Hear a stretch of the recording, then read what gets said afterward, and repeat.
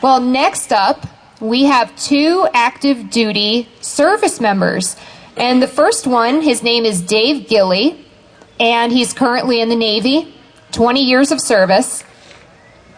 And he's going to be speaking to you about the Oath Keepers Association.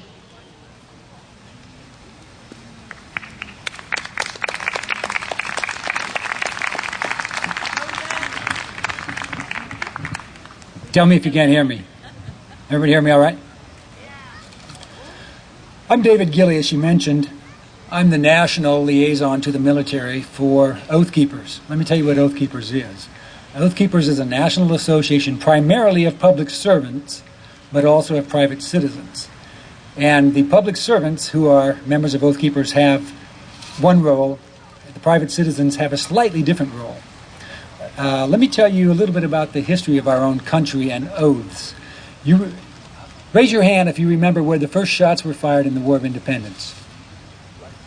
Boy, we got a lot of work to do. You grandparents and parents, please educate your kids here. We got a lot of work to do. As you recall, on the morning of 19 April 1775, in Lexington, on Lexington Green, and in Concord, there were a couple of engagements that were fought. They were engagements in which the American side upheld the law against a lawless incursion of martial law, not countenanced by the constitutional order of Great Britain, but nevertheless undertaken. And the Americans stood up for law. Why did they stand up for law, though vastly outnumbered? Why did they stand up for law, though it appeared that they had no chance in hell to prevail? Well, it's because militia officers throughout our country at the time, from New Hampshire down to Georgia, served in their positions on conditions of an oath. The oath was that they were to protect the laws and the liberties of their fellow Englanders, their fellow Britons then, against all incursions, against all violations, foreign and domestic. They had no constitution such as ours. The Constitution of Great Britain was an accumulation of compromise and wars over centuries, and it wasn't the marvelous instrument of law that we have today. Nevertheless, it was precious to them. They had sworn an oath to uphold it, and to uphold the liberties of themselves and their families and their communities against all incursions. And so because of those oaths, they stood valiantly, though vastly outnumbered, and you all know the rest of the story that was unleashed by that faithfulness that began on Lexington Green and Concord. You may not know that the first great national crisis that followed the adoption of our current Constitution in 1787 through 89 occurred in 1798 during the quasi-war with France and the crisis of the XYZ affair. At that time, believe it or not, while you still had living Americans who really understood what it meant to be an American, some of basically the finest Americans who have ever lived were mostly still living then. Nevertheless, Americans were divided, deeply divided. Who is the greatest enemy? Is it France or is it Great Britain? How are we best to deal with this enemy? By embargo, by patient negotiating, by war? Americans were in violent disagreement with each other. Sometimes they looked at each other as enemies.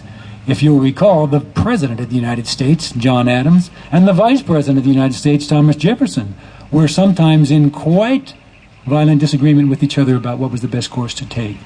Interestingly enough, and this is where Oath Keepers today takes its cue, in the midst of this crisis, there began a movement from New Hampshire to Georgia of public servants, primarily at first militia officers during their monthly drills and inspections and musters, but after that other public servants and after that private citizens of all stripes began publicly gathering at places like this, publicly re-swearing their oath to the Constitution of the United States, because they all realized that is our common ground, that is our common law. We've all ordained it as the supreme law of our land. We all agree on that. All of us who serve as public servants have done so on condition of an oath to uphold that law.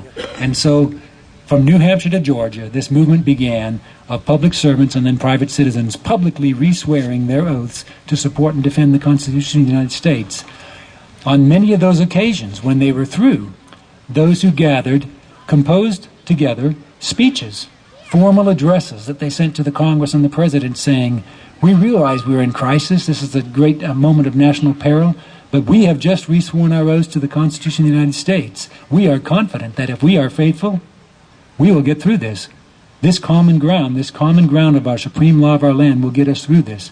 And presidents were a little different in those days. You may find it hard to imagine a president, say, in the last 10 or 15 years doing this, but then President Adams realized this was exactly what the country needed, and he sent formal responses to every one of the addresses that he received, saying, good on you, you're doing the right thing. This is indeed what differentiates our country from the rest of the world. This is indeed what will get us through this and any other crisis.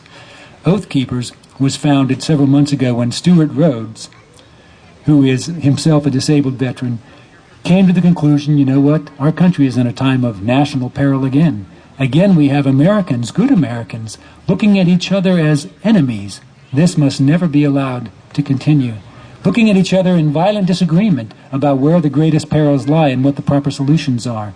And Stuart Rhodes looked back and said, you know what, we all agree on one thing. If we can call ourselves Americans, we agree on the Constitution of the United States.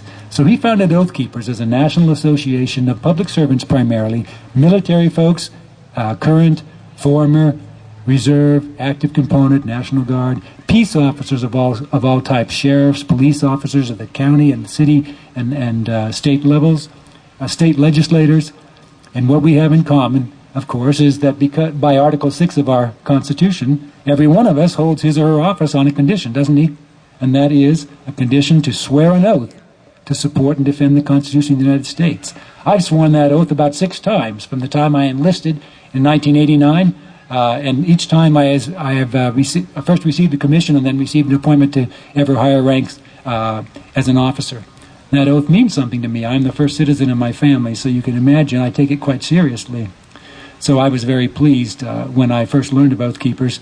I want you to know that in April of this year, April 19th, on the anniversary of the Battle of Lexington, several hundred Oath Keepers from around the country gathered on that sacred ground and reenacted what had happened in the fall of 1798, which, of course, was only reenacting what had happened a generation before. Men standing, saying they would stand faithful to their oaths and therefore defend the law.